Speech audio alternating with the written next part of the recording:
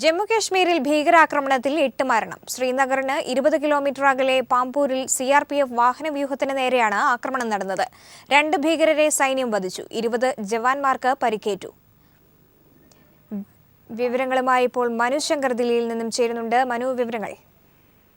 സ്വാമി, ജമ്മു കാശ്മീരിലും വലിയ രീതിയിലുള്ള ആക്രമണങ്ങൾ തുടർക്കഥയായിരുന്നു ഈ ഒരാഴ്ചയായി. ഇതിന് പിന്നാലെ ഇപ്പോൾ ശ്രീനഗറിന് 20 കിലോമീറ്റർ അകലെയുള്ള പാംപൂരിലാണ് ഇപ്പോൾ സിആർപിഎഫ് ക്യാമ്പിന് നേരെ തന്നെ ഭീകരവാദികൾ വെടിയുതിർത്തത്. ബസ്സിൽ എത്തിയതിനു ശേഷമായിരുന്നു ഇവർ സിആർപിഎഫ് ക്യാമ്പിന് നേരെ വെടിയുതിർത്തത്. ഇപ്പോൾ 2 ഭീകരരെ വധിച്ചതായി സൈന്യം ഔദ്യോഗികമായി തന്നെ അറിയിച്ചിട്ടുണ്ട്. എന്നാൽ 8 സിആർപിഎഫ് ജവാന്മാർ മരിച്ചതായുള്ള വിവരവും ലഭിക്കുന്നുണ്ട്. 26 സിആർപിഎഫ് ജവാന്മാർക്ക് ഗുരുതരമായി പരിക്കേറ്റിട്ടുണ്ട് എന്ന് സ്ഥിരീകരിക്കുന്ന വിവരവും സിആർപിഎഫ് ഔദ്യോഗിക മണ്ഡലത്തിൽ നിന്ന് തന്നെ ലഭിക്കുന്നുണ്ട്. കഴിഞ്ഞ ദിവസം ഇത്തരത്തിൽ ഏറ്റുമുട്ടൽ തുടർന്നിരുന്നു. ഇതിൽ 7 ഭീകരരെ സൈന്യം വധിക്കുകയും ചെയ്തിരുന്നു. വ്യാഴാഴ്ച ദോഗ്ബോർ വനമേഖലയിൽ നിന്നും ദ്രക്മുല്ലയിൽ നിന്നുമൊക്കെ വെടിവയ്പ് ഉണ്ടാവുകയും 6 ഭീകരരെ വധിക്കുകയും ഒക്കെ ചെയ്തിരുന്നു. ഇതിന് പിന്നാലെ ഇത്തരത്തിൽ ചെറു സംഘങ്ങളായി ഭീകരർ അതിർത്തിയിലൂടെ രാജ്യത്തെത്തുന്നുണ്ട് എന്ന് ഇന്റലിജൻസ് ബ്യൂറോ തന്നെ റിപ്പോർട്ട് നൽകുകയും ചെയ്തിരുന്നു. ഈ സാഹചര്യത്തിൽ കൂടുതൽ സിആർപിഎഫ് ജവാന്മാരെ അതിർത്തിയിൽ വിന്യസിച്ചിരുന്നു. എന്നാൽ ഇതിന് പിന്നാലെയാണ് ഇന്ന് ഭീകര സംഘം സിആർപിഎഫ് ക്യാമ്പിന് നേരെ തന്നെ വെടിയുതിർത്തിരിക്കുന്നത്. നിലവിൽ 8 സിആർപിഎഫ് ജവാന്മാർ കൊല്ലപ്പെട്ടിട്ടുണ്ട് എന്ന വിവരമാണ് ലഭിക്കുന്നത്. ഇനിയും പരിക്കേറ്റവരുടെയും മരണപ്പെട്ടവരുടെയും സംഖ്യ വർദ്ധിച്ചേക്കാം എന്ന സൂചനകളും ലഭിക്കുന്നുണ്ട്. സോമി, മനു ശങ്കറാണ് ദില്ലിയിൽ നിന്നും വിവരങ്ങൾ നൽകിയത്. മലപ്പുറത്ത് വീണ്ടും ഡിഫ്തീരിയ സ്ഥിരീകരിച്ചു. കൊണ്ടോട്ടി പള്ളിക്കൽ സ്വദേശിയായ 21-കാരനിലാണ് രോഗം കണ്ടെത്തിയത്. ഇയാളെ കോഴിക്കോട് മെഡിക്കൽ കോളേജിൽ പ്രവേശിപ്പിച്ചു.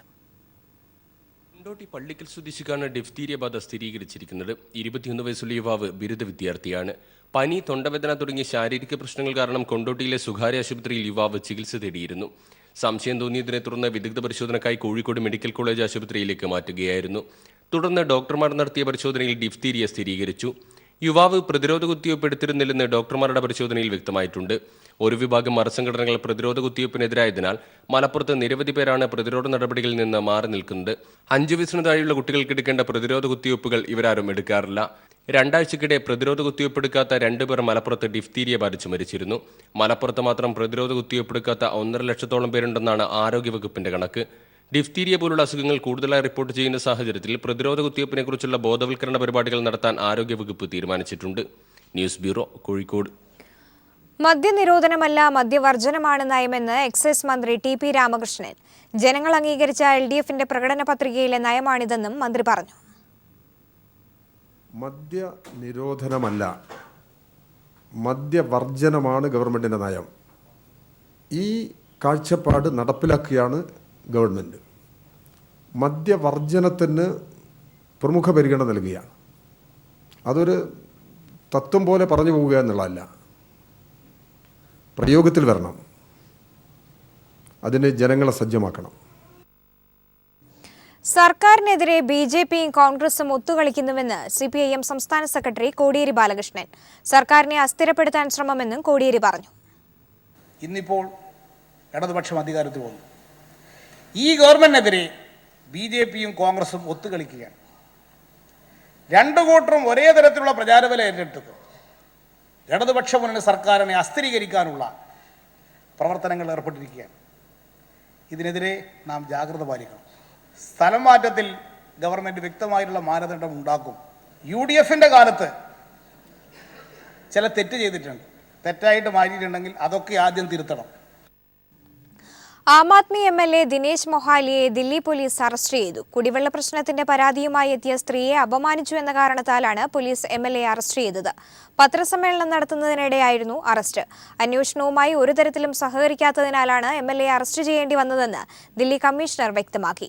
ഇയാളെ ജുഡീഷ്യൽ കസ്റ്റഡിയിൽ വിട്ടു. സൗത്ത് ഡൽഹിയിലെ സ്വന്തം ഓഫീസിൽ വാർത്താ സമ്മേളനം നടത്തുന്നതിനിടെയാണ് നാടകീയമായി ദില്ലി പോലീസ് എത്തി ആം ആദ്മി MLA ദിനേശ് മൊഹാനിയെ അറസ്റ്റ് ചെയ്തത്. ജാമ്യമില്ലാ വകുപ്പുകളിലാണ് പോലീസ് MLA അറസ്റ്റ് ചെയ്തത്.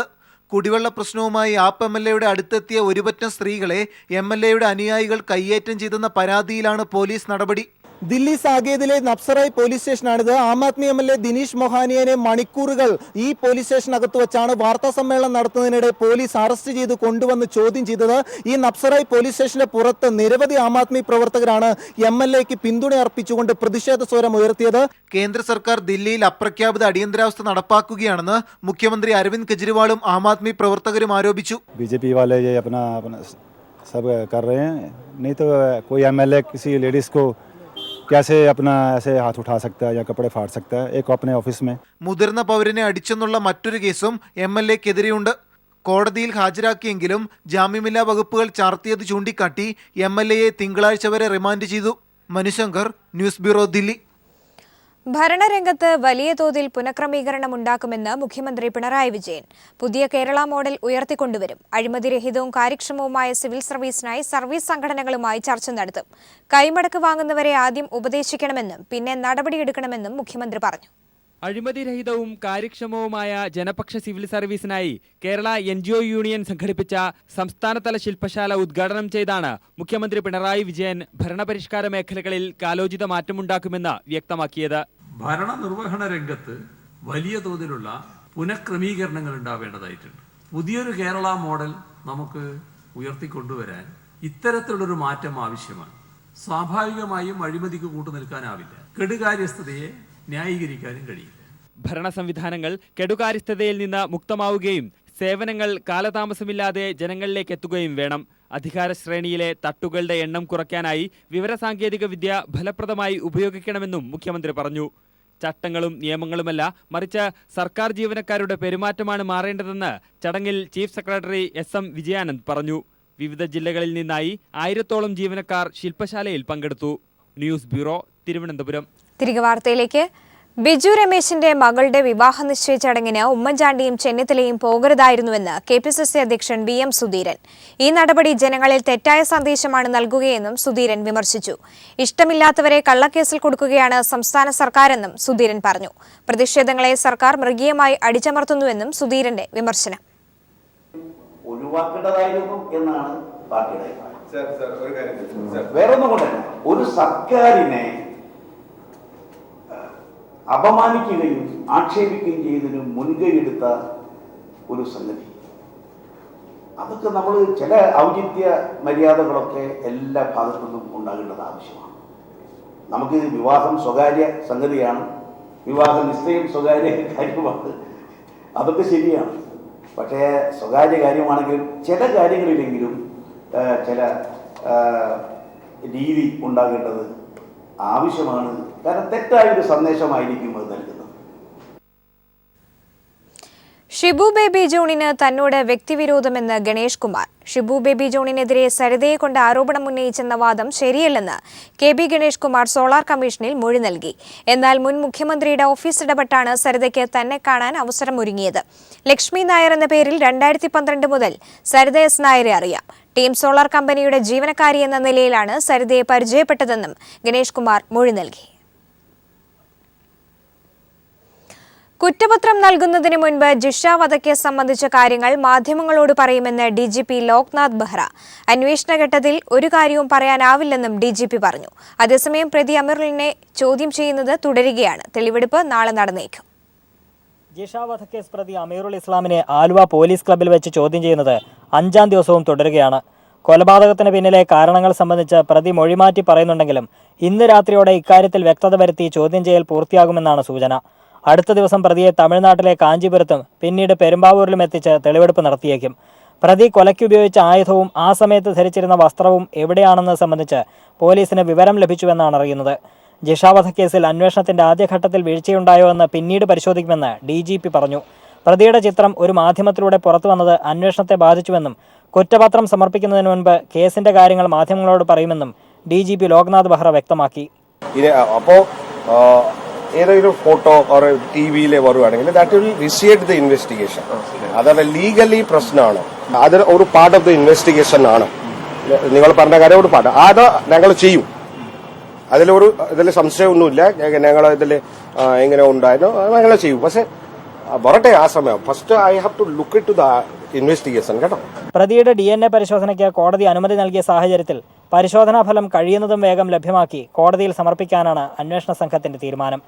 ശാസ്ത്രീയ തെളിവുകൾ പരമാവധി സമാഹരിച്ച ശേഷം 1 മാസത്തിനുള്ളിൽ കുറ്റപത്രം സമർപ്പിക്കുമെന്നും അന്വേഷണ സംഘത്തിൽ നിന്നും സൂചന ലഭിച്ചിട്ടുണ്ട്. KM ഉമേഷ്, കൊച്ചി. ജിഷ കേസുമായി ബന്ധപ്പെട്ട് മാധ്യമങ്ങൾക്കെതിരായ DGPയുടെ പരാമർശം അനുചിതമെന്ന് പ്രതിപക്ഷ നേതാവ് രമേശ് ചെന്നിത്തല. കേസിൽ സെൻകുമാർ അപാകത കാട്ടിയെന്ന് കരുതുന്നില്ലെന്നും ചെന്നിത്തല പറഞ്ഞു. PP തങ്കച്ചന്റെ DNA പരിശോധിപ്പിക്കാൻ തയ്യാറാകണമെന്നാവശ്യപ്പെട്ട് people forum for anti corruption ഡ്രൈവിന്റെ നേതൃത്വത്തിൽ സെക്രട്ടേറിയറ്റിന് മുന്നിൽ ഉപവാസം സംഘടിപ്പിച്ചു. ജിഷ വധക്കേസിന്റെ പശ്ചാത്തലത്തിലായിരുന്നു ഉപവാസം സംഘടിപ്പിച്ചത്. മലപ്പുറത്ത് കീഴ്ശ്ശേരിയിൽ ചാക്കുകളിൽ കെട്ടിയ നിലയിൽ മൃതദേഹാവശിഷ്ടം കണ്ടെത്തി. 5 ചാക്കുകളിലായാണ് അവശിഷ്ടങ്ങൾ കണ്ടെത്തിയത്. സ്ഥലത്തെ ജനവാസമില്ലാത്ത പ്രദേശത്ത് ഉപേക്ഷിച്ച നിലയിലായിരുന്നു അവശിഷ്ടങ്ങൾ. സംഭവത്തെക്കുറിച്ച് കൊണ്ടോട്ടി പോലീസ് അന്വേഷണം ആരംഭിച്ചു.